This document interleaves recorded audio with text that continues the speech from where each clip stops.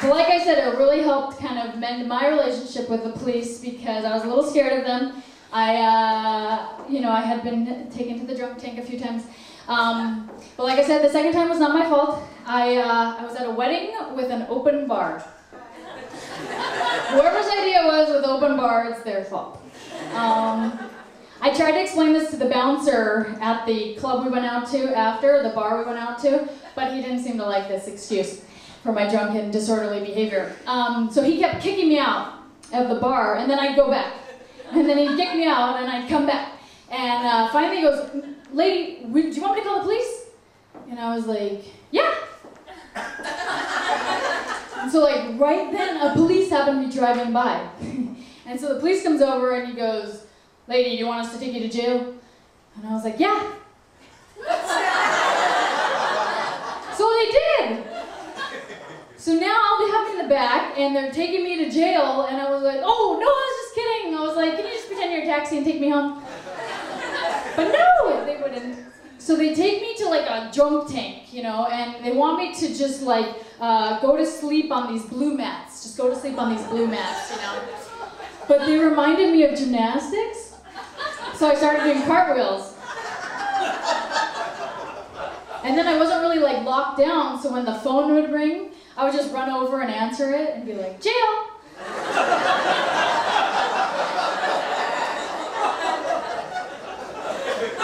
So then they transferred me to the women's prison.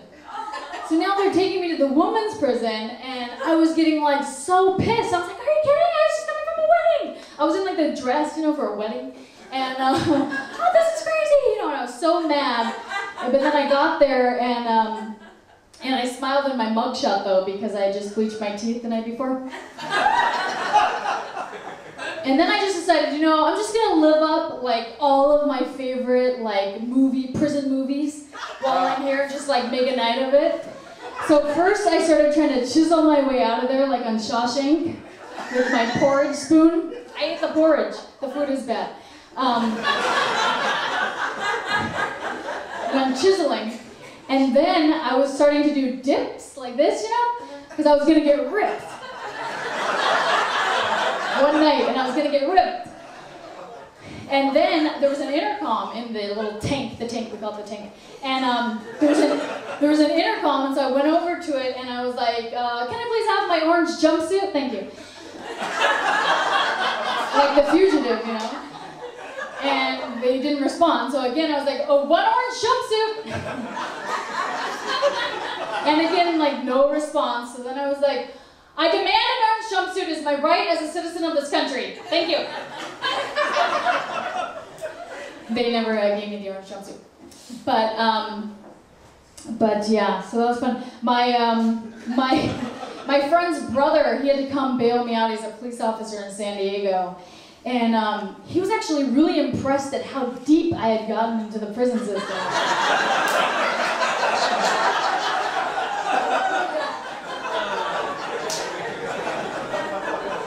So what I realized from like the kidnapping thing and all of this is that police are like a lot nicer when you're the victim of the crime.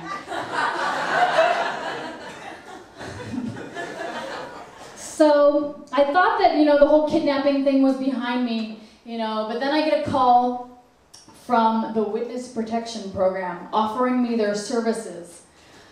And I was like, "Oh my God." Well, thank God, because I'm so over this identity. I was like, "Oh, good. So where are we going? We're gonna like pump gas in like Texas? Like be like a zookeeper in Florida?" And they were like, "This is the Witness Assistance Program.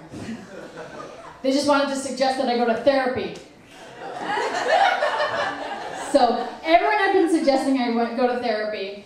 So I'm going to end with this. Finally, I ended up going to therapy, and it was actually very helpful. And she suggested that I start talking about it, because if I talk about it more, it'll take the power out of it. And so I started talking about it on stage. My parents were there the first time I did, and as soon as I started talking about it, I felt a lot better. So thank you so much for coming and helping me heal, and thank you all so much. I really, really appreciate it. Melanie Reno.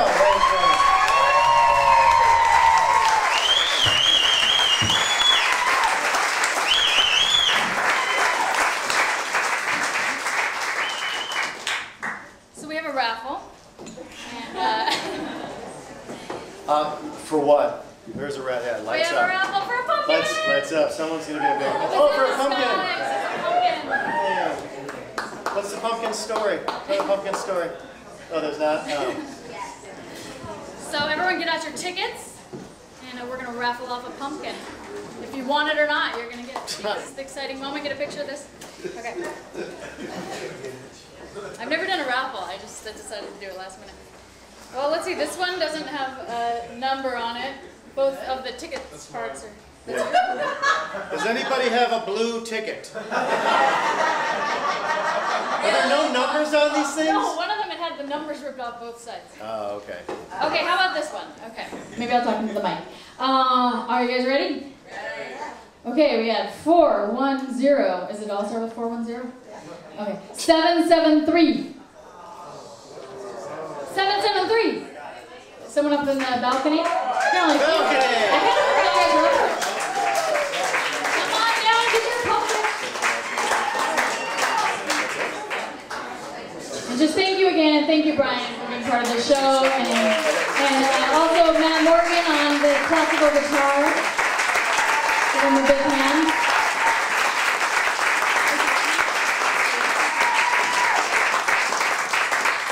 And yeah, stay and hang out or whatever. We can be here for a while. Well, like a half hour, that's it. She's amazing. You know, it's, and I think I said this on stage before she came up, but I'll reiterate it here. That I saw the journey, you know, happen because she did talk about her life before when she was on stage, and she did very well at that. But then she did have an awkward transition where she was just trying to write jokes. And we really did spend time together in cars driving places, and she would tell these amazing stories about her life, and they would unintentionally be filled with great and hilarious moments. So when I watch her do it on stage, especially like tonight, knowing that, you know, she put the time in to make sure that she remembered everything, it's unbelievable to me because it's the hardest thing in the world to be funny with your real life. That's the hardest thing. Anybody can write a joke if you know how to be a comic. But to tell your story and be funny and make people that may or may not know you laugh, amazing. And she did that. She did that tonight, like above and beyond the Call of Duty. So that was really awesome to see. Melanie, you were really empowering. You were adorable. It was fantastic. Good job. We loved it.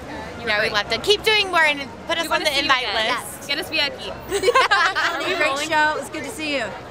Awesome. When I first heard of Melanie's show, you know, I was apprehensive. I came to the show, much better than Cats. I'd see it again and again.